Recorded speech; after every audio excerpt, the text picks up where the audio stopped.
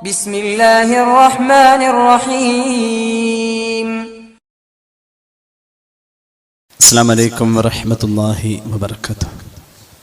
بسم الله والحمد لله والصلاة والسلام على أشرف رسول الله وعلى آله الفائزين برضا الله أما بعد.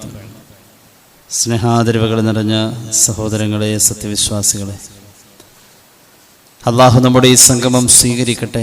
നമ്മുടെ പാപങ്ങൾ അള്ളാഹു പൊറുത്തു തരട്ടെ. രോഗങ്ങൾ അള്ളാഹു ശിഫയാക്കട്ടെ. മരണപ്പെട്ടവരുടെ ഖബർ അള്ളാഹു സന്തോഷത്തിലാക്കട്ടെ. തെറ്റുകുറ്റങ്ങൾ അവർക്ക് നമുക്കും അള്ളാഹു നിരുപാധികം മാപ്പാക്കി തരട്ടെ. നമ്മുടെയും കുടുംബത്തിൻ്റെയും ശിഷ്ട ആയുസ് അള്ളാഹു പൊരുത്തപ്പെട്ട വഴിയിലായി ഇസ്സത്തോടെ സന്തോഷത്തോടെ ദീർഘമായി കഴിഞ്ഞ് ഈമാൻ സലാമത്തായി മരിക്കാനുള്ള മഹാഭാഗ്യം അള്ളാഹു നമുക്കെല്ലാവർക്കും നൽകട്ടെ എന്ന് ആമുഖമായി ആദ്യമായി ദുആ ചെയ്യുകയാണ്. ദുൽഹിജ്ജ മാസം വിട പറയലോടുകൂടെ, മുഹറം സമാഗതമാകലോടുകൂടെ യഥാർത്ഥത്തിൽ നമ്മുടെ ഒരു വയസ്സാണ് നഷ്ടപ്പെട്ടിരിക്കുന്നത്. ഇക്കഴിഞ്ഞ ഒരു വയസ്സിനെ നാം അവലോകനം ചെയ്യേണ്ട ഒരു സന്ദർഭവും കൂടിയാണ്. എത്ര ജീവിക്കാൻ കഴിയും എന്നത് ഉറപ്പില്ലാത്ത വളരെ സത്യസന്ധമായ യാഥാർത്ഥ്യങ്ങളിലൂടെ പലപ്പോഴും നമ്മൾ ചിന്തിക്കുന്നുണ്ടെങ്കിലും സ്വന്തം കാര്യത്തിലേക്ക് അതൊരിക്കലും കൊണ്ടുവരാൻ നമുക്ക് സാധ്യമാവാതെ പോവുകയാണ്. വയസ്സിൻ്റെ അവലോകനം, തനിക്ക് അള്ളാഹു തന്ന സൗഭാഗ്യമായ ആയുസ്സിൻ്റെ ഒരു വർഷക്കാലം നഷ്ടപ്പെട്ടതിനെക്കുറിച്ചുള്ള ചിന്ത, ഒരു പുതിയ മനുഷ്യനായി തൊട്ടടുത്ത നിമിഷം മുതൽ എനിക്ക് ജീവിക്കണം, അതിലേക്ക് പ്രചോദനമായി തീരുന്ന ആലോചനകൾ മറ്റുമൊക്കെ നമുക്കുണ്ടാവണം. തെറ്റിൽ നിന്നും മുക്തമായി ജീവിക്കാൻ ആഗ്രഹിക്കുക, അതൊരു വലിയ കാര്യമാണത്. തെറ്റ് സംഭവിക്കുന്ന സാഹചര്യങ്ങൾ നമ്മെ സംബന്ധിച്ചിടത്തോളം ധാരാളമുണ്ട്. അള്ളാഹുവിന് ഇഷ്ടമല്ലാത്ത കാര്യമാണത് എന്നൊരു തോന്നല്, ആ ഒരു ബോധത്തിലൂടെ ജീവിച്ചു പോവാനുള്ള ശ്രമം. ഇനി ഞാൻ ഒരിക്കലും നന്നാവില്ല, ഇത്രയൊക്കെ പറ്റൂ, ഇതിൽ കൂടുതൽ കഴിയൂല എന്ന ചിന്ത അപകടമാണ്, നിരാശയാണത്. നമ്മുടെ മുന്നിൽ കാണുന്ന നന്മകളിൽ നേതൃത്വം നമ്മളാകണം തുടങ്ങിയ കാര്യങ്ങളുടെ ഒരു വിശകലനം യാത്ര പറയുന്ന ഈ ഹിജറ വർഷം നമ്മോട് ആവശ്യപ്പെടുകയാണ്. നന്നാവണമെന്ന് ആഗ്രഹിച്ചേ പറ്റൂ. ഉള്ളിലൊരു ആഗ്രഹാദ്യം ജനിക്കുക എന്നതാണ് നന്നാവലിന്റെ ആദ്യത്തെ ആവശ്യം. ഹിദായത്തിന് ആഗ്രഹിക്കണം, നല്ലോണം ജീവിക്കാൻ. അള്ളാഹു നമുക്ക് തൗഫീഖ് നൽകട്ടെ. നിസ്കരിക്കുക എന്നുള്ളത്, മറ്റുള്ള അമല് ചെയ്യുക എന്നുള്ളതൊക്കെ അടിസ്ഥാനപരമായി റബ്ബിന്റെ മുന്നിൽ സ്വീകരിക്കപ്പെടുന്നത് ഹിദായത്തുള്ളോടത്താണ്. ഹിദായത്തില്ലെങ്കിൽ എല്ലാം പോയിന്നാണ്. അള്ളാഹുവിന്റെ ഖുർആൻ സൂറത്തുൽ ബഖറ തുടങ്ങുന്നത് തന്നെ ഹിദായത്ത് പറഞ്ഞുകൊണ്ടാണ്. ദാലിക്കൽ കിതാബ് ലാ റൈബ ഫീഹി ഹുദൽ ലിൽ മുത്തഖീൻ, ഹിദായത്താണ് ആദ്യം പറഞ്ഞത്. അല്ലദീന യുഅ്മിനൂന ബിൽ ഗൈബ്, ഈമാൻ അതിന് ശേഷമാണ് പറഞ്ഞത്. വയുഖീമൂനസ് സ്വലാ, അമലും അമലിനോടനുബന്ധമായ ഇൽമും അതിൻ്റെയും ശേഷമാണ് പറഞ്ഞത്. ഈമാന്റെ മുമ്പ് ഹിദായത്താണ് പറഞ്ഞത്. ആ ഹിദായത്ത് ആഗ്രഹിക്കണം, എനിക്ക് നല്ലോണം ജീവിക്കണം. അള്ളാഹു നമുക്ക് തൗഫീഖ് നൽകട്ടെ. ആഗ്രഹം വേണ്ടത്. ബിസ്മില്ലാഹിർ റഹ്മാനിർ റഹീം. ഖുൽ മൻ കാന ഫിദ്ദലാലതി ഫൽയംദുദ് ലഹുർ റഹ്മാനു മദ്ദാ. ഒരാൾ നന്നാവൂല എന്ന് തീരുമാനിച്ചു, ആ ചിന്ത തന്നെ അപകടമാണ്. എനിക്കിതിനപ്പുറത്തേക്കൊന്നും കഴിയൂല, അങ്ങനെ ഒരു ചിന്ത തന്നെ അപകടമാണ്. അങ്ങനെ ചിന്തിക്കുന്നവന് ആ ചിന്തയിൽ അള്ളാഹു നിലനിർത്തുക. ആ കുളത്തിൽ നിന്നും ആ കിണറ്റിൽ നിന്നും അവൻ കരകയറില്ല. അങ്ങനെ ചിന്തിക്കല്ല വേണ്ടത്.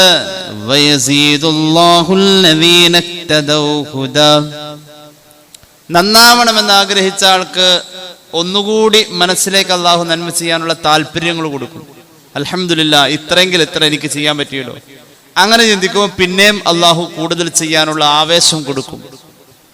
എത്രയാ ചെയ്തു കൂട്ടാനുള്ളത്?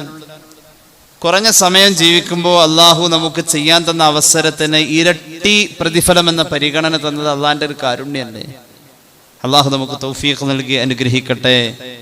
മനസ്സിൽ നന്മയുള്ളവർ, അള്ളാഹുവിൽ നിന്നുള്ളൊരു വെളിച്ചം കിട്ടിയവരാ. ഹൃദയത്തിന്റെ അകത്തൊരു വെളിച്ചം കിട്ടിക്കഴിഞ്ഞാൽ, ഈമാന്റെ ഒരു വെളിച്ചം കിട്ടിക്കഴിഞ്ഞാൽ വലിയൊരു ഔദാര്യമാണിത്. ഇസ്ലാമികമായ തത്വങ്ങളിലൂടെ ചിന്ത പോവുക എന്നത് ആ വെളിച്ചമുള്ളവർക്ക് മാത്രമേ പറ്റൂ.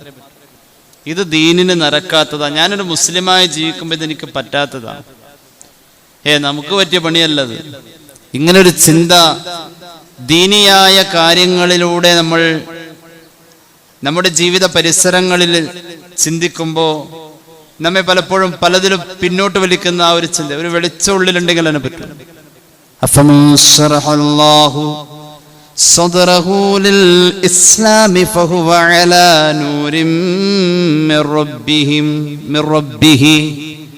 അള്ളാഹുവിന്റെ ഒരു പ്രകാശം പടച്ചോൻ മനസ്സിലിട്ടെന്നൊരു വെളിച്ചമുണ്ടെങ്കിൽ നന്മയെ നന്മയായി കാണാൻ കഴിയും, തെറ്റിനെ തെറ്റായി കാണാൻ കഴിയും.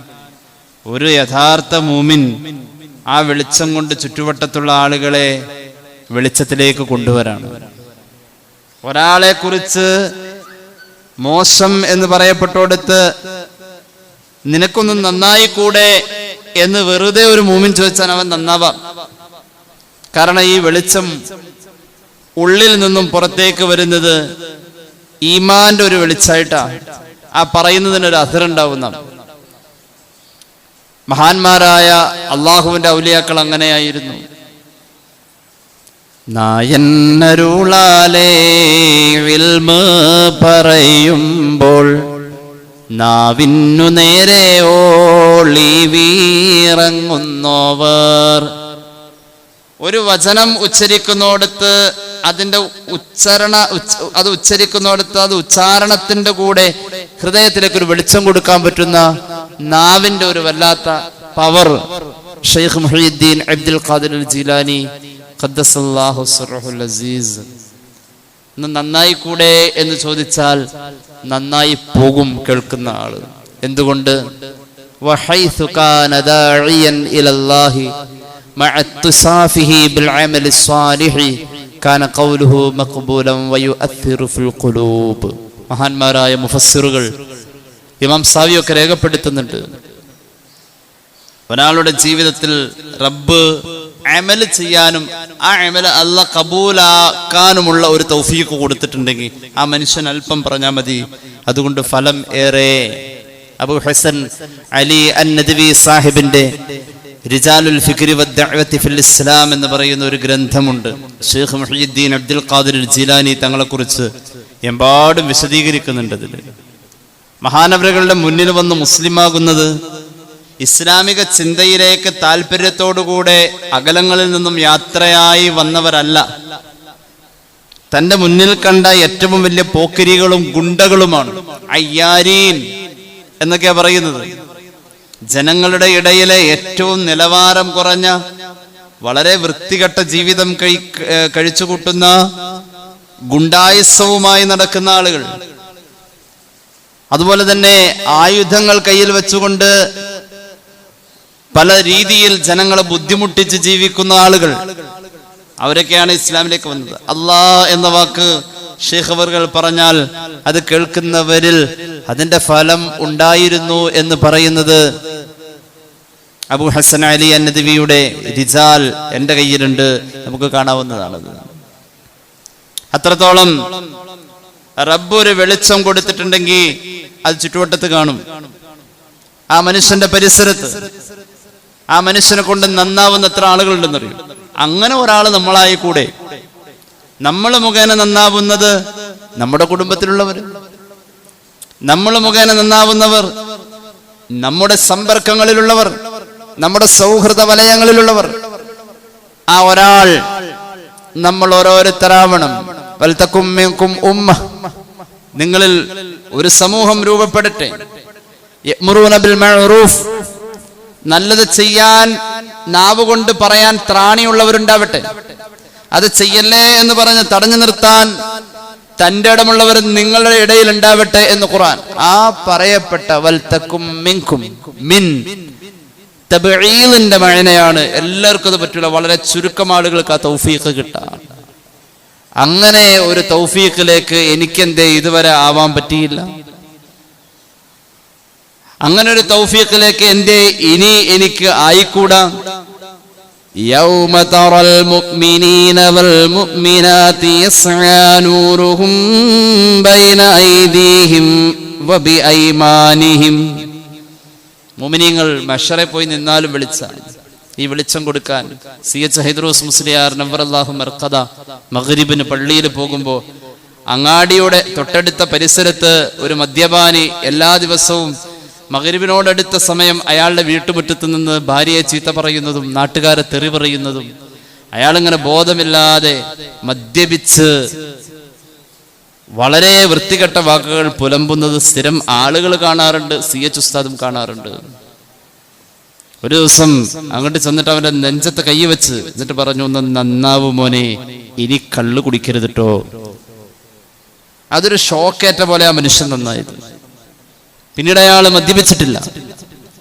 തൊട്ടടുത്ത ദിവസത്തിന്റെ മഗ്രിബിന്റെ ജമാഅത്തിൽ അദ്ദേഹം പങ്കെടുത്തിട്ടുണ്ട്.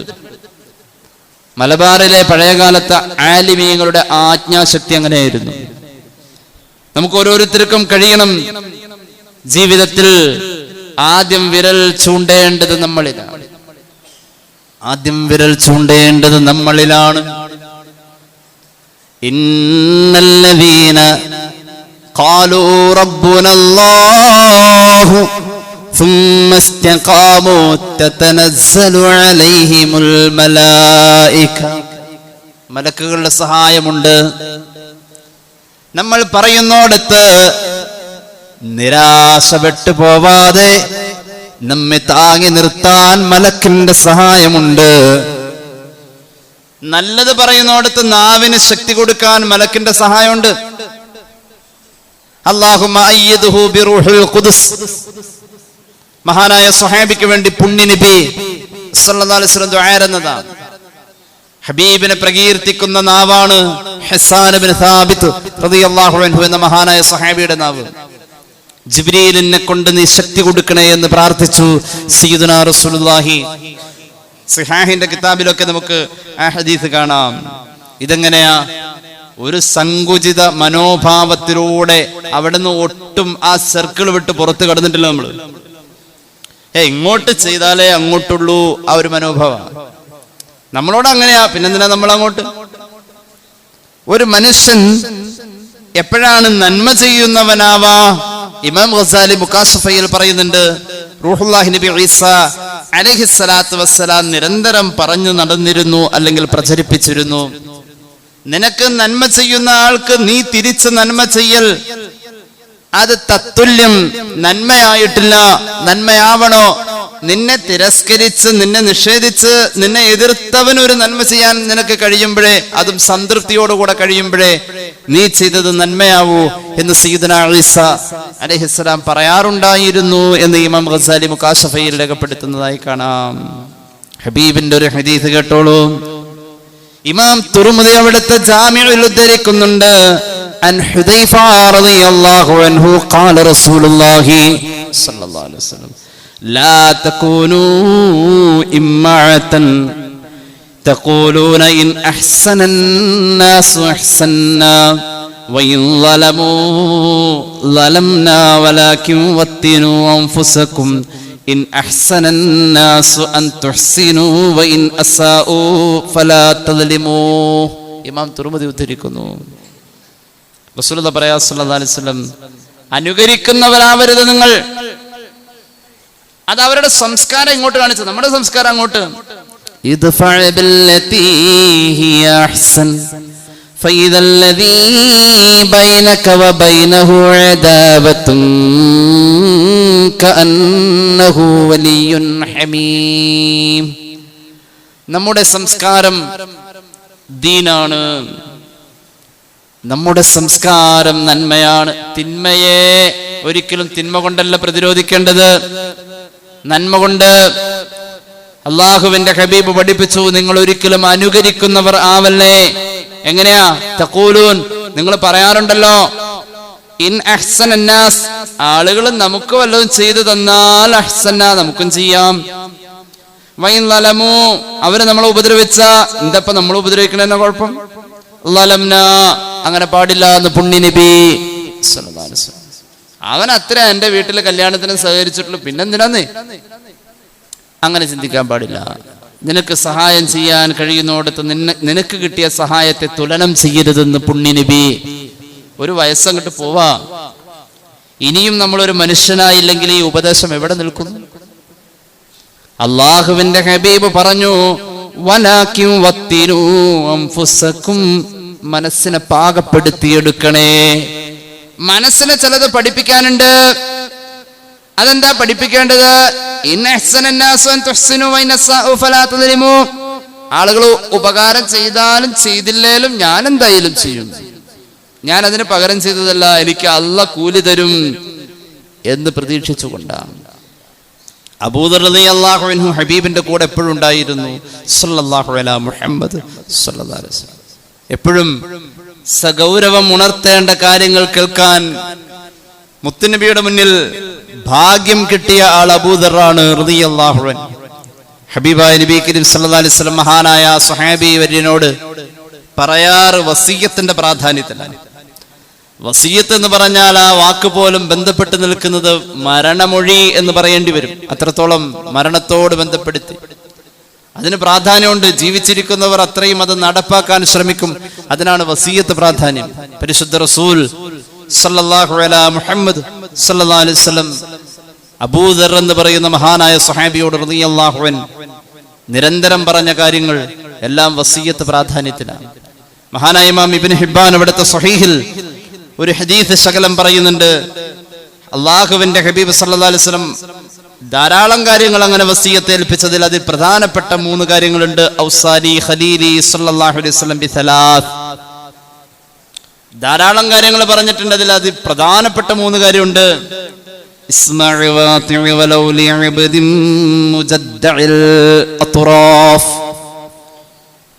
ഒരു അംഗവൈകല്യമുള്ള വികലാംഗനായ ആളാണ് നിന്റെ നേതൃത്വത്തിലുള്ളത് എങ്കിൽ പോലും അവൻ നേതാവാണോ, അവനെ നേതൃത്വത്തിൽ ഏൽപ്പിച്ചിട്ടുണ്ടോ, അവൻ പറയുന്നതിനോട് നിനക്ക് വിധേയത്വം ഉണ്ടാവണം. അത് നല്ല സംസ്കാരം, അതാണ് ദീൻ എന്ന് പുണ്യ നബി. അവനാരടാ എന്നോട് പറയാം? അങ്ങനെയുണ്ട്. ഒരു ഉദാഹരണം, ഒരു മഹല്ലിന്റെ നേതൃത്വത്തിൽ വന്നാൽ, അല്ലെങ്കിലോ ഒരു മാനേജ്മെന്റിന്റെ നേതൃത്വത്തിൽ വന്നാൽ, അവനെന്നപ്പോ ഇതിനൊക്കെ അർഹനായത്? നമ്മളിത് കുറെ കൊണ്ടു നടന്ന അങ്ങനെയല്ല. നേതൃത്വത്തിൽ വന്നവർ പറയുന്ന നന്മയിൽ അവനൊരു അംഗവൈകല്യമുള്ളവനാണേൽ പോലും, മൂക്ക് ചെത്തപ്പെട്ടവൻ എന്നാ പറഞ്ഞത്, അതൊരു നീഗ്രോ ആണെങ്കിൽ പോലും അത് കേൾക്കലും അനുസരിക്കലും ബാധ്യത. അതാണ് നല്ല സംസ്കാരം. പരിശുദ്ധ റസൂൽ സല്ലല്ലാഹു അലൈഹി വസല്ലം അബൂദറിനോട് പഠിപ്പിച്ചതാണ് റളിയല്ലാഹു അൻഹു. ഇവിടെ മനസ്സിലാക്കേണ്ടത് നമ്മുടെ മനസ്സിനെ പാകപ്പെടുത്തി എടുക്കലാണല്ലോ. ഒരു ഹിജറ വർഷം യാത്ര പറഞ്ഞു ഒരു വയസ്സ് നഷ്ടപ്പെട്ടതിന്റെ അവലോകനത്തിൽ നമ്മൾ കൊണ്ടുവരേണ്ട ഒരു പ്രധാനമായ കാഴ്ചപ്പാടാണ് ഈ പറഞ്ഞത്. രണ്ടാമത് പറഞ്ഞു,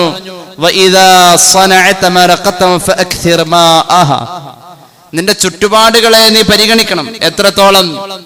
വീട്ടിൽ അടുപ്പിൽ തീ പുകഞ്ഞത് രുചികരമായ ഭക്ഷണം പാചകം ചെയ്യാനാണെങ്കിൽ തൊട്ടടുത്ത വീട്ടിലെ ആ അയൽവാസിയെ ഒരു അതിഥിയെ പോലെ നീ പരിഗണിക്കണം. ഒരു പക്ഷേ അവിടേക്ക് ഒരല്പം കൊടുത്തയക്കാൻ നിന്റെ വീട്ടിൽ പാചകം ചെയ്ത ആ കറിയിൽ അല്പം ചാറ് കൂടുതൽ വെക്കണേ. ഒരു വിരുന്നുകാരനെ പ്രതീക്ഷിക്കണം.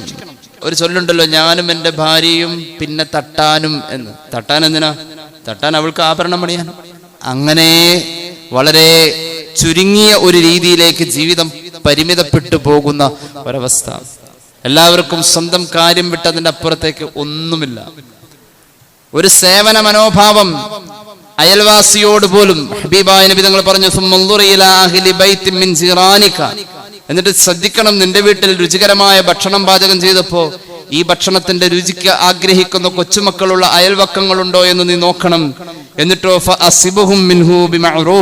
മാന്യമായി തന്നെ അവരെയും വിരുന്നൂട്ടണം. ഈ ഒരു കണക്കുകൂട്ടലിലാവണം നിന്റെ വീട്ടിൽ അടുപ്പിൽ തീ പുകയേണ്ടതെന്ന് പുണ്യ നബി സല്ലല്ലാഹു അലാ മുഹമ്മദ് സല്ലല്ലാഹു അലൈഹി വസല്ലം.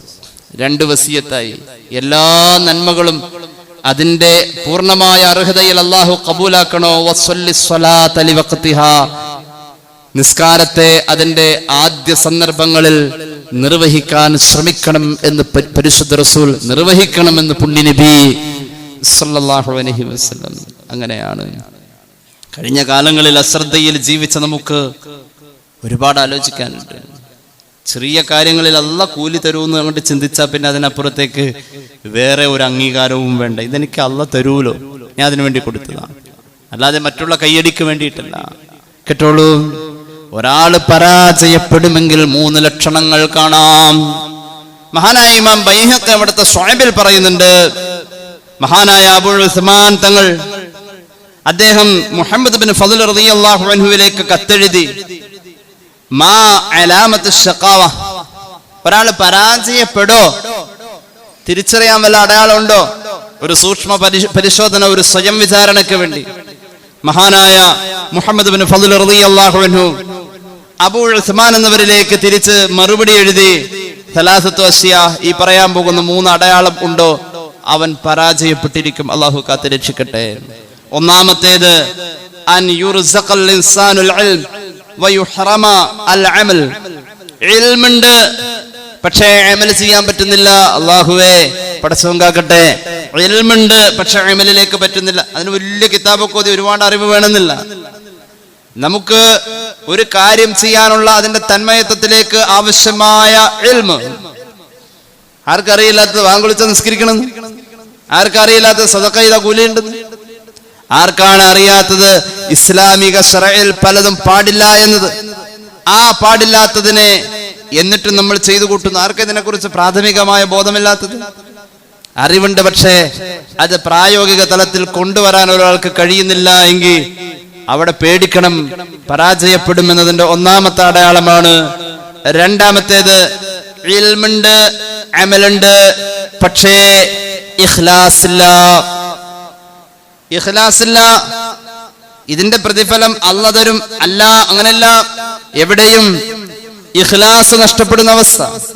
മഹാനായ സുലൈമാൻ നബി അലൈഹിസ്സലാം ബൈത്തുൽ മുഖദ്ദസിന്റെ പുനരുദ്ധാരണം കഴിഞ്ഞിട്ട് ബൈത്തുൽ മുഖദ്ദസിന്റെ പുറത്തിറങ്ങി നിന്നിട്ട് അതിന്റെ മുന്നിലെ ചരിത്ര പ്രസിദ്ധമായ പാറയുടെ മുകളിൽ കയറി നിന്ന് ലോകത്തിന്റെ ചക്രവർത്തി തിരുമനസ് ഒരു സന്ധ്യാസമയത്ത് അള്ളാഹുവിലേക്ക് കൈകൾ നീട്ടിയിട്ട് പറയാ, പടച്ചോനെ, ബൈത്തുൽ മുഖദ്ദസിന്റെ പരിസരം മുഴുവനും ആഘോഷത്തിന്റെ ആരവങ്ങളാൽ അലയടിച്ചു കൊണ്ടിരിക്കുക. എന്നാൽ ഇത് നിയോഗിക്കപ്പെട്ടു എന്നതിൽ ഞാൻ എന്റെ ഭാഗ്യമായി കാണുന്നു. തഖബ്ബൽ മിന്നീ, ഇത് നീ സ്വീകരിച്ചാ മതി അല്ലാഹ്. അല്ലാതെ അന്ന് ഏറ്റവും വലിയ സൂപ്പർ സ്റ്റാർ ഞാനാണ് എന്ന രീതിയിൽ പള്ളിയുടെ അകത്ത് നിന്നുകൊണ്ട് മഹാനവറുകൾ രാജകീയ പദവിയിൽ സ്വയം സന്തുഷ്ടനായി, സ്വയം സംതൃപ്തനായി, സ്വയം ആഘോഷിക്കല്ല ചെയ്തത്. അതിന്റെ പുറത്തിറങ്ങി നിന്നിട്ട് അള്ളാഹുവിനെ ഏൽപ്പിച്ചു കൊടുക്കുക. മഹാന്മാരായ അമ്പിയാക്കൾ ദ്വാരന്നോടത്ത് മുഴുവൻ റബ്ബനാ തഖബ്ബൽ മിന്നാ എന്ന് ദ്വാരന്നിട്ടുള്ളൂ. നീ സ്വീകരിക്കണേ, എന്ത് സ്വീകരിക്കണമെന്ന് പറഞ്ഞിട്ടില്ല. ഖുർആനിന്റെ അധ്യാപനം അങ്ങനെയാ, നീ സ്വീകരിക്കണേ എന്ന പ്രാർത്ഥനയേ ഉള്ളൂ. എന്ത് നീ സ്വീകരിക്കണം എന്നത് പറയാറില്ല. എന്തുകൊണ്ട്? അവിടെ മഫ്ഊലിനെ ഹസ്ർ ചെയ്യല് പരിമിതമായ അർത്ഥത്തിലേക്ക് ചുരുക്കപ്പെടുമെന്നാണ്. എന്തിനെ എന്ന് പറഞ്ഞാൽ അത് മാത്രമായി പോയി അള്ളാഹു സ്വീകരിക്കൽ. ഞാൻ ചെയ്തു കൂട്ടിയ നന്മയിൽ അള്ളാഹുവേ, അതിന്റെ നിബന്ധനകളിൽ പാളിച്ചകൾ ഉണ്ടെങ്കിൽ പോലും നിനക്ക് ഇഷ്ടപ്പെട്ട എന്തെങ്കിലും അതിലുണ്ടാവും. അതൊരു കല്യാണ വീട്ടിൽ ഏല തുടച്ചു കൊടുത്തതായിരിക്കാം, അത് ഒരു ജുമുഅ നിസ്കാരം കഴിഞ്ഞ് പുറത്തു പോകുമ്പോൾ ഒരു പാവപ്പെട്ടവന് ചില്ലറ കൊടുത്തതായിരിക്കാം, അത് ഏതെങ്കിലും ഒരു മുഅ്മിനിന്റെ നേരെ പുഞ്ചിരിച്ചതാവാം, എന്തു ആകാം. എന്നീന്ന് സ്വീകരിക്കാൻ പറ്റുന്നതൊക്കെ നീ സ്വീകരിക്കണേ അല്ലാഹ്. അല്ലാഹ് സ്വീകരിച്ചാൽ അതിന്റെ പരിഗണന വലുതാണ്. അങ്ങനെ ഉണ്ടല്ലോ, കടലിനക്കരെ നിന്ന് നാണയങ്ങൾ അല്ലെങ്കിൽ റിയാലുകൾ, ദിർഹമുകൾ ഇക്കരക്ക് കടക്കുമ്പോ അത് ഇപ്പുറത്തെത്തിക്കഴിഞ്ഞാൽ അതിന്റെ മൂല്യം അങ്ങോട്ട് മാറാം. മലക്ക് ഇവിടുന്ന് കൊണ്ടുപോയി 5-ാം ആകാശം അപ്പുറത്തേക്ക് വിട്ടുകഴിഞ്ഞാൽ ആ അമല് പിന്നെ ഇരട്ടി മൂല്യത്തിലേക്കാ പരിഗണിക്കപ്പെടാം. അങ്ങനെയാണ് അള്ളാഹുവിന്റെ സിസ്റ്റം. പുണ്യ നബി സല്ലല്ലാഹു അലൈഹി വസല്ലം പറഞ്ഞത് ഇമാം തുർമുദി അവിടുത്തെ ജാമിഉൽ ഉദ്ധരിക്കുന്നുണ്ട്. 7 അല്ല 70 അല്ല 100 700 അങ്ങനെയാണ് തുടങ്ങുന്നത്. അള്ളാഹു ഇരട്ടി എന്ന പരിഗണനയിൽ അമലിനെ കബൂലാക്കുമ്പോൾ എന്ന് പുണ്യ നബി സല്ലല്ലാഹു അലൈഹി വസല്ലം 100 700 അങ്ങനെ അതിന്റെ അപ്പുറത്തേക്ക് 7000 അങ്ങനെയുള്ള മടങ്ങുകൾ. ആലോചിച്ച് നോക്കണേ, ഒരു നന്മയെ അതിനെ 100 ഇരട്ടി എന്ന രീതിയിൽ അള്ളാഹു സ്വീകരിക്കുന്നത് അള്ളാഹുവിന്റെ ഒരു കരുണയാണ്. അതുകൊണ്ട് ഒരു നന്മയും പാഴല്ല. ഒരു മനുഷ്യനെ സംബന്ധിച്ചിടത്തോളം ഇഖ്ലാസ് നിർബന്ധമാണ്. എത്ര ചെറുത് ചെയ്താലും അതിൽ അള്ളാഹുവിനെ ബോധിപ്പിക്കുക എന്ന ഒന്നുണ്ട്, അതുണ്ടാവണം. അതില്ലെങ്കിലോ പരാജയത്തിന്റെ രണ്ടാമത്തെ അടയാളം അതാണ്. മൂന്നാമത്തെ അടയാളം ഒരാൾക്ക് മഹാന്മാരെ കാണാൻ ഭാഗ്യം കിട്ടിയിട്ടുണ്ട്, ഒരാൾക്ക് മഹാന്മാരുടെ കൂടെ കൂടാൻ ഭാഗ്യം കിട്ടിയിട്ടുണ്ട്. പക്ഷേ 10 ദിവസം അവരെ കണ്ടു കഴിയുമ്പോ പിന്നെ ഒരു നാടൻ ചൊല്ലുവരും, മുറ്റത്തെ മുല്ലയ്ക്ക് മണമില്ല. അതിപ്പോ നമ്മുടെ ആളല്ലേ, അതെന്തൂട്ട മഹാന്മാരെ മഹത്വമുള്ളതിനെ കൂടെ കൂട്ടാൻ കഴിഞ്ഞാൽ പിന്നെ അതിനോടുള്ള ബഹുമാനം കുറയുന്ന മനസ്സാണോ നിന്റെ മനസ്സെങ്കിൽ നിനക്ക് പരാജയം സുനിശ്ചിതമാണെന്ന് മഹാന്മാര് പഠിപ്പിക്കാം. ഇമാം ബൈഹഖിയുടെ ശുഅബിൽ ഈ ഹദീസ് നമുക്ക് കാണാൻ കഴിയും. അത്രത്തോളം നമ്മൾ അള്ളാഹുവിന്റെ മുന്നിൽ വിചാരണ ചെയ്യപ്പെടുമെന്നതിനെ കുറിച്ചുള്ള ബോധം നഷ്ടപ്പെട്ടുകൊണ്ടിരിക്കുക. ഇങ്ങനെയുള്ള ചില ഓർമ്മപ്പെടുത്തലുകൾ നമ്മുടെ മുന്നിൽ തന്നിട്ടാണ് ഒരു ദുൽഹിജ്ജ യാത്ര പറഞ്ഞ് മുഹറം ഒരു പുതുവർഷവുമായി നമ്മളിലേക്ക് കടന്നു വരുന്നത്. അള്ളാഹുവിന്റെ മുന്നിൽ അഡ്ജസ്റ്റ്മെന്റ് ചില കാര്യങ്ങളിൽ നടക്കൂലട്ടോ. എന്ത് പറഞ്ഞ അഡ്ജസ്റ്റ് ചെയ്യാൻ കഴിയും? രസകരമായൊരു വിചാരണ പറയുന്നുണ്ട് ഇമാം ജലാലുദ്ദീൻ സുയൂത്തി തങ്ങള്. മഹാനായ ഇസ്മായിൽ അൽ ഹഖ് ബറൂസവി റൂഹുൽ ബയാനിൽ സൂറത്ത് യൂസുഫിന്റെ വ്യാഖ്യാനം പറയുന്നോടത്ത് രസകരമായൊരു വിചാരണ പറയുന്നുണ്ട്. ഒരടിമയെ കൊണ്ടുവരപ്പെടും മഹ്ശറയിൽ. എന്നിട്ട് അവനോട് ചോദിക്കും, എനിക്ക് ഇബാദത്ത് ചെയ്യാൻ നിനക്ക് എന്തായിരുന്നുടാ തടസ്സം? അപ്പോൾ അവൻ പറയും, പടച്ചോനെ ഇബ്തലൈതനി, നീ എനിക്ക് കുറെ അടങ്ങേറ് തന്നില്ലേ, ഫജഅൽത അലയ്യ അർബാബൻ ഫശഗലൂനി, എനിക്ക് എന്നെ ഭരിക്കുന്ന കുറെ യജമാനന്മാരെ തന്നല്ലോ. അവര് പറയുന്നതൊക്കെ കേട്ടു വന്നപ്പോഴേക്കും റബ്ബേ എനിക്ക് ഇബാദത്ത് ചെയ്യാൻ നിനക്ക് വഴിപ്പെട്ട് ജീവിക്കാൻ സമയം കിട്ടിയില്ല എന്ന് അടിമ പറയുമത്രേ. അപ്പൊ അല്ലാഹു തആല മഹാനായ യൂസുഫ് നബി അലൈഹിസ്സലാത്തു വസ്സലാമിനെ ആ അടിമയുടെ മുന്നിൽ കാണിച്ചു കൊടുക്കും. എന്നിട്ട് ചോദിക്കും, ഈ ആളറിയോ? അറിയാം, മഹാനായ യൂസുഫ് നബി അലൈഹിസ്സലാമാണ്. നിനക്കറിയോ ഈ മനുഷ്യന്റെ ജീവിതത്തിലെ അടിമത്തം ആ മനുഷ്യൻ അനുഭവിച്ചു കൂട്ടിയതും നീ അനുഭവിച്ചതും തമ്മിൽ താരതമ്യം ചെയ്യുമ്പോൾ ആരാ മുന്നിൽ? സംശയം എന്താ? യൂസുഫ് നബിയാണ്. എന്നിട്ടും അദ്ദേഹത്തിന് കുറവുകളില്ലല്ലോ. മഹാനവറുകൾ എത്രയാ വഴിപ്പെട്ടത്. പിന്നെ ഒരു പണക്കാരനെ കൊണ്ടുവരപ്പെടും. ചോദിക്കും, എന്താ നിനക്ക് എന്നെ വഴിപ്പെട്ട് ജീവിച്ചുകൂടായിരുന്നോ? അവൻ പറയും, അല്ലാഹുവേ നീ എനിക്ക് സമ്പത്ത് തന്നല്ലോ, അത് നിലനിർത്തി കൊണ്ടുപോവാൻ ഞാൻ പരിശ്രമിച്ചപ്പോ തിരക്കായി പോയി, അതുകൊണ്ട് എനിക്ക് നേരം കിട്ടിയില്ല. അല്ലാഹു മഹാനായ സുലൈമാൻ നബിയെ കൊണ്ടുവരും. സുലൈമാൻ നബി അലൈഹിസ്സലാത്തു വസ്സലാം അയാളുടെ മുന്നിൽ പ്രത്യക്ഷനാവും. ചോദിക്കും, അല്ലാഹു ആരടാ ഏറ്റവും വലിയ പണക്കാരൻ? ഈ ലോകത്തിന്റെ ചക്രവർത്തിയായിരുന്ന മശ്രിഖ് മുതൽ മഗ്രിബ് വരെ അല്ലാഹു അധീനപ്പെടുത്തി കൊടുത്ത മഹാനവറുകൾ, ഇത്രയും വലിയ മുതലാളി വേറെ ഉണ്ടോ? എന്നിട്ടും മഹാനവറുകൾ എനിക്ക് വേണ്ടി ജീവിച്ചില്ലേ? ഉത്തരം മുട്ടാണ്. പിന്നെ ഒരു രോഗിയെ കൊണ്ടുവരപ്പെടും. ചോദിക്കും, നിനക്ക് ഇബാദത്ത് ചെയ്യാൻ കഴിയില്ലായിരുന്നോ? അവൻ പറയും, അല്ലാഹുവേ എനിക്ക് നീയല്ലേ രോഗം തന്നത്, പിന്നെങ്ങനെയാ? അല്ലാഹു മഹാനായ അയ്യൂബ് നബിയെ കൊണ്ടുവരും. അയ്യൂബ് നബിയുടെ മുന്നിൽ വെച്ച് വിചാരണ ചെയ്യും. അയ്യൂബ് നബിയെ കുറിച്ച് കേട്ടവനായി പറയുന്നത്, അയ്യൂബ് നബിയേക്കാൾ വലുതൊന്നും എനിക്കുണ്ടായില്ല, ഉത്തരം മുട്ടിപ്പോകുമെന്ന് മഹാന്മാർ പഠിപ്പിക്കാം. പിന്നെ കൊണ്ടുവരപ്പെടുന്നത് ഒരു നിരാശനായ മനുഷ്യനെയാ. ചിലർക്ക് അങ്ങനെ തോന്നലുണ്ട്, ഇനി ഞാൻ നന്നാവൂല. ആ നിരാശയെ വലിച്ചെറിയേണ്ട സന്ദർഭമാണ് ദുൽഹിജ്ജ യാത്ര പറയുമ്പോൾ നമ്മോട് പറയുന്ന ഈ സന്ദർഭം, ഈ ഉപദേശത്തിന്റെ സന്ദർഭം. നിരാശ എന്തിനാ? ഫറോവയെ കൊണ്ടുവരപ്പെടും. ജീവിതത്തിൽ അല്ലാഹുവോട് ഇത്ര കണ്ട് എതിർപ്പ് കാണിച്ച വേറൊരാളില്ലല്ലോ. ഇസ്ലാമിന്റെ ഏറ്റവും വലിയ ബദ്ധവൈരി ഫറോവ റബ്ബിനോട് എതിര് കാണിച്ചതിനെ കുറിച്ച് പറയും. ഫറോവയെ കുറിച്ച് നീ കേട്ടതല്ലേ, അയാള് റബ്ബിനെതിര് കാണിച്ച പോലെ നീ കാണിച്ചിട്ടില്ലല്ലോ. അത്രയൊന്നും ഞാൻ കാണിച്ചിട്ടില്ല. എന്നാൽ ഫറോവ പോലും നിരാശനായിരുന്നില്ല. പരിശുദ്ധമായ ഖുർആൻ പറയുന്നുണ്ടല്ലോ, മഹാനായ ജിബ്രീൽ അലൈഹിസ്സലാം ഫറോവയെ കടലിന്റെ ആഴങ്ങളിലേക്ക് വലിച്ചു കൊണ്ടുപോകുന്നതിന്റെ അവസാന സമയം അയാള് പറയാൻ ശ്രമിച്ചുവല്ലോ, കലിമ ഉച്ചരിക്കാൻ ശ്രമിച്ചുവല്ലോ, ആമതു അന്നഹു ലാ ഇലാഹ ഇല്ലല്ലദീ ആമനത് ബിഹി ബനൂ ഇസ്രായീൽ.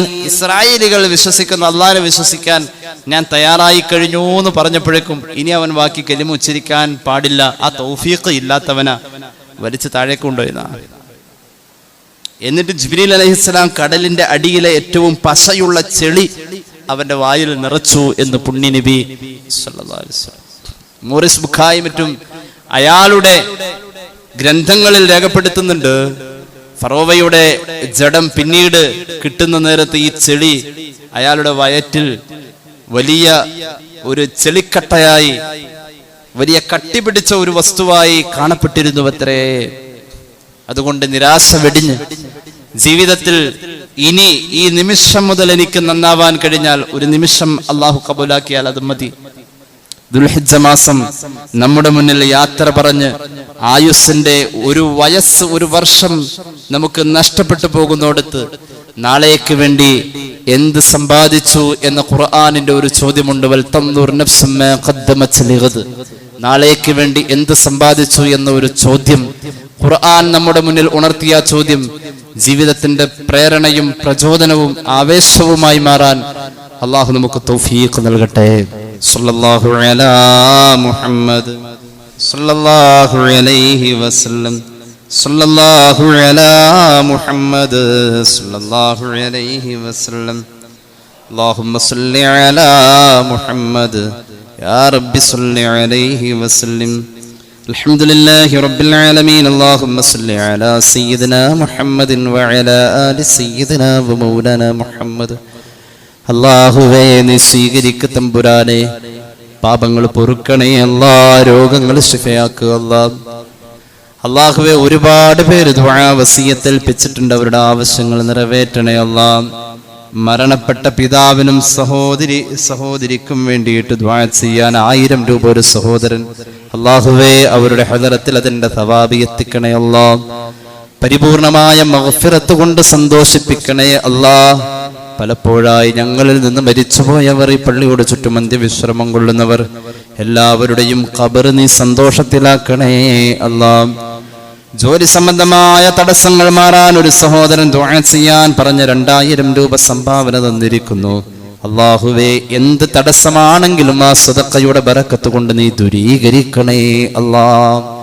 ജോലിയിൽ റാഹത്ത് നൽകണേ അല്ലാ. ബുദ്ധിമുട്ടുകൾ മാറാൻ വേണ്ടി ഒരു സഹോദരൻ സംഭാവന തന്നിരിക്കുന്നു, നീ കബൂലാക്ക് അല്ലാ. അദ്ദേഹത്തിന്റെ എന്ത് പ്രയാസമാണെങ്കിലും നീ മാറ്റിക്കൊടുക്കണേ അല്ലാ. അല്ലാഹുവേ സാമ്പത്തികമായ പ്രയാസങ്ങൾ മാറി കടങ്ങൾ തീരാൻ, അർഹതപ്പെട്ട പലതും കിട്ടാനുണ്ട്, കിട്ടാനുള്ള പണം കിട്ടാൻ റബ്ബേ ഒരു സഹോദരൻ സ്ഥിരമായി എല്ലാ ആഴ്ചയിലും 313 രൂപ ദുആ ചെയ്യാൻ ഏൽപ്പിക്കാറുണ്ട്. അല്ലാഹുവേ ആ സഹോദരന്റെ സദഖ നീ കബൂലാക്കണേ അല്ലാ. അല്ലാഹുവേ നിന്റെ മുർസലീങ്ങളുടെ എണ്ണമാണല്ലോ 313, അസ്ഹാബുൽ ബദറിന്റെ എണ്ണമാണല്ലോ 313. റഹ്മാനിയ അദദിൽ ഉള്ള രഹസ്യമെന്തോ അതിന്റെ ബറക്കത്ത് കൊണ്ട് ആ സഹോദരന്റെ ആവശ്യം നീ നിറവേറ്റി കൊടുക്കണേ അല്ലാ. അല്ലാഹുവേ ദുആ ചെയ്യാൻ ഒരു സഹോദരൻ, അതുപോലെ തന്നെ പരീക്ഷയിൽ ഉന്നത വിജയം കിട്ടാൻ വേണ്ടിയിട്ട് ഒരു റഹ്മാനെ അവരുടെ ആവശ്യങ്ങൾ നിറവേറ്റണേ അല്ലാ. ഞങ്ങളുടെ മക്കൾക്കും റബ്ബേ ഞങ്ങളുടെ വിദ്യാർത്ഥി സമൂഹത്തിനും നീ ഉന്നത വിജയം നൽകണേ അല്ലാ. പ്രത്യേകിച്ച് ദുആ വസിയത്ത് ഏൽപ്പിച്ചവർക്ക് നീ ഉന്നത വിജയം നൽകണേ അല്ലാ. അല്ലാഹുവേ റബ്ബേ ഞങ്ങളെ സഹായിക്കുന്നവരെ നീ സഹായിക്കണേ അല്ലാ. ഞങ്ങളുടെ മഹല്ലിൽ അഭിവൃദ്ധി നൽകണേ അല്ലാ. ഈ കൂടിയിരുന്ന് ആമീൻ പറയുന്നവരുടെ ഹലാലായ മുറാദ് ഹസ്സലാക്കുക അല്ലാ. കടങ്ങളുള്ളവരുടെ കടങ്ങൾ നീ വീട്ടണേ അല്ലാ. വിവാഹപ്രായമായവർക്ക് അനുയോജ്യമായ ബന്ധങ്ങൾ നീ എത്തിക്കണേ അല്ലാ. അല്ലാഹുവേ ഞങ്ങളുടെ ഹാജിമാർ നീ കബൂലാക്ക് അല്ലാ. അല്ലാഹുവേ റബ്ബേ നിന്റെ മുന്നിൽ കൈ നീട്ടാൻ ഞങ്ങൾക്ക് അർഹതയില്ല, അത്രമാത്രം പാപങ്ങൾ ഞങ്ങൾ ചെയ്തിട്ടുണ്ട് റഹ്മാനെ. ഒരു വയസ്സ് ഞങ്ങളിൽ നിന്നും തിരിച്ചു പോകുമ്പോ നഷ്ടങ്ങളല്ലാതെ മറ്റൊരു ലാഭത്തിന്റെ ഓർമ്മയും ഞങ്ങളിലില്ല. ദീർഘായുസ് നിന്റെ മാർഗത്തിൽ ആഫിയത്തോടെ സന്തോഷത്തോടെ ഞങ്ങൾക്ക് കുടുംബവുമായി കഴിയാനുള്ള ഭാഗ്യത്തിലാക്കി തരണേ അല്ലാ. അല്ലാഹുവേ, മരുന്ന് ഫലിക്കാത്ത രോഗങ്ങളിൽ നിന്നും കാക്കണേ അല്ലാ. റബ്ബന റഹംഹും കമാ റബ്ബൗനാ സ്വഗാറാ ആമീൻ ബിറഹ്മതിക യാ അർഹമർ റഹീമീൻ. അസ്സലാമു അലൈക്കും വറഹ്മത്തുള്ളാഹി വബറകാതുഹു.